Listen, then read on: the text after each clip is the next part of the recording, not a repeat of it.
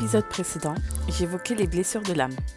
Si vous avez lu le livre Les 5 blessures qui empêchent d'être soi-même de Lise Bourbeau, vous savez que selon elle, tous les maux physiques, émotionnels et mentaux de l'être humain proviennent de 5 blessures. Le rejet, l'abandon, l'humiliation, la trahison et l'injustice. Et chaque personne serait marquée par une ou plusieurs de ces 5 blessures. Je pense qu'il est important pour chacun d'entre nous d'identifier ces blessures, ainsi que les masques qu'on porte pour s'en protéger et d'en connaître l'origine. C'est l'exercice que j'ai réalisé et que j'ai partagé avec vous. D'ailleurs, il est très facile de se souvenir des origines de ces blessures, car ce sont des événements, des situations, des paroles qui nous ont traumatisés ou marqués. Ils ont pu ou peuvent paraître anodins, mais s'ils nous ont marqués, c'est qu'il y a quelque chose à creuser. De manière générale, pour se guérir et se libérer, il faut prendre conscience de ça ou ces blessures, reconnaître les actions, les moments de nos vies où l'on les applique, enfin, ce que je veux dire, c'est où l'on applique les masques protecteurs et entamer un processus d'acceptation. Ensuite, se pardonner et pardonner aux autres. Quelques pistes pour vous aider dans ces processus. Le rejet, naissance de la blessure entre 0 et 1 an. Elle est éveillée par le parent du même sexe lorsque l'enfant ne se sent pas accepté ou désiré. Moi, dans mon exemple, je pense l'avoir vécu la première fois par mes 2 parents, car je n'étais pas un enfant désiré. Mes parents n'ont pas fait le choix volontaire de faire un enfant. Et d'ailleurs, je me souviens avoir répété plusieurs fois que j'étais un accident. Donc, ça veut dire que c'est quand même resté ancré en moi. Mais je pense aussi l'avoir vécu avec mon père, qui ne s'est pas occupé de moi. Mais bon, je peux peut-être un peu inverser entre rejet et abandon. Anyway, le masque, pour la blessure du rejet, c'est le masque du fuyant. Donc, quelles sont ses attitudes et ses comportements? Il est sensible aux remarques du parent du même sexe. Il se considère comme nul et sans valeur. Il trouve de nombreux moyens de fuite, sommeil astral, drogue, alcool. Il ne s'attache pas à l'argent ni aux biens matériels. Il s'isole. Il doute de son droit à l'existence et à l'amour. Et sa principale peur, c'est la panique. Pour se libérer et se guérir de cette blessure du rejet, il faut donc affronter sa peur, arrêter de fuir et oser prendre sa place et s'affirmer. Concernant l'abandon, donc la naissance de la blessure, elle arrive entre la naissance et l'âge de 3 ans. Elle est vécue par le parent du sexe opposé. Donc la personne ne s'est pas sentie soutenue et a manqué de nourriture affective. Et la blessure est vécue dans la vie avec les personnes du sexe opposé. Donc moi, même si je pense l'avoir vécu avec ma mère, parce que j'ai vraiment vécu son absence comme un abandon, et je me suis vraiment dit, mince, elle m'a laissé tomber, elle m'a donné à ma grand-mère. Donc, moi, je pense l'avoir vécu avec ma mère. Mais effectivement, cette blessure d'abandon que je traîne, eh bien, elle se ravive avec les personnes du sexe opposé, donc les hommes. Alors, le masque pour cette blessure, c'est le masque du dépendant. Donc, son attitude et son comportement. Il cherche constamment le soutien et l'approbation des autres. Il cherche à attirer l'attention. Il a des difficultés à fonctionner seul. Il dramatise beaucoup. Il vit des hauts et des bas. Il n'accepte pas qu'on lui dise non. Et sa principale peur, c'est la solitude. Pour se guérir et se libérer de cette blessure, il faut apprendre à vivre en se sentant bien dans les moments de solitude, avoir confiance en soi et ne pas chercher l'attention des autres. Passons à l'humiliation. L'humiliation, elle arrive entre l'âge de 1 et 3 ans. Elle est éveillée par le parent qui réprimait toutes les formes de plaisir physique.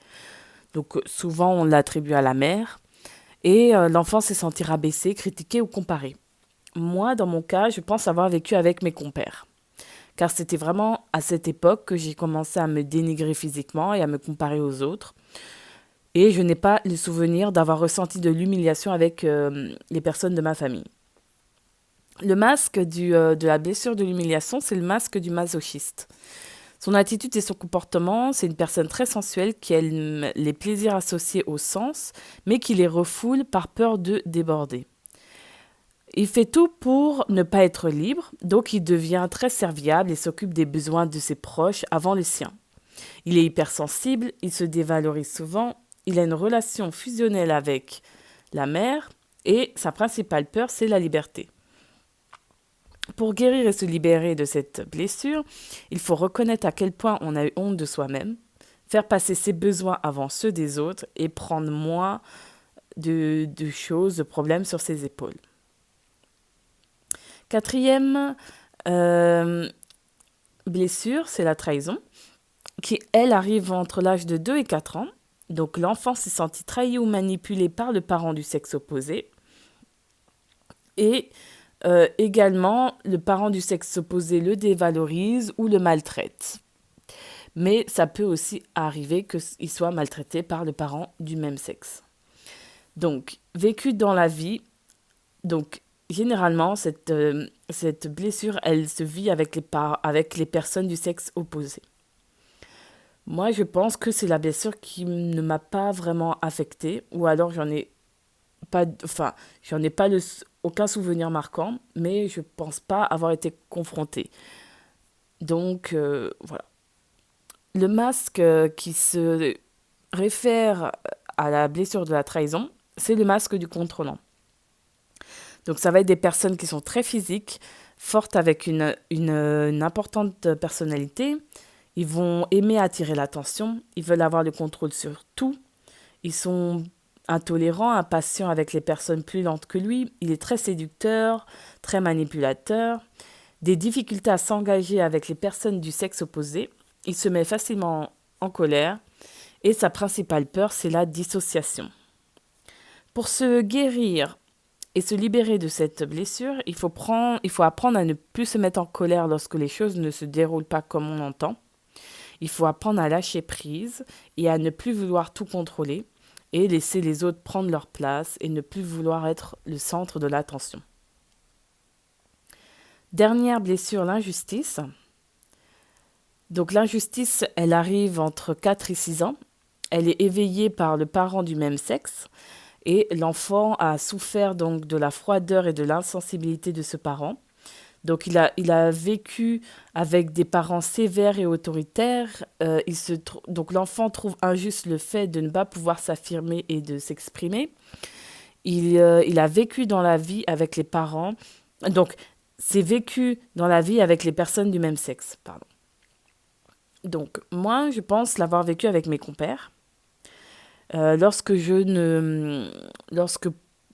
me demandais pourquoi moi je n'avais pas la chance de vivre avec mon père et ma mère, alors que mes camarades, si. Le masque pour cette blessure, c'est le masque du rigide, c'est-à-dire c'est quelqu'un de très perfectionniste, très optimiste en surface, mais qui craint l'autorité. Il se débrouille seul et a de la difficulté à demander de l'aide. Il est constamment dans l'action, il se coupe de ses émotions et sa principale peur, c'est la froideur.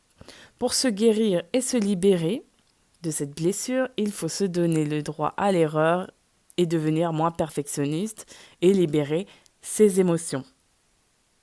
Voilà. Donc, j'imagine que vous avez dû vous reconnaître dans certaines attitudes et certains comportements. Maintenant, à vous d'identifier quelle est votre blessure, quand est-ce qu'elle se déclenche, quelle est son origine et comment vous pouvez faire pour essayer de sortir du même schéma encore et encore. Il est aussi possible de se retrouver dans plusieurs blessures, c'est normal. On peut avoir 4 blessures sur les 5, mais toujours avec une prédominante sur les autres.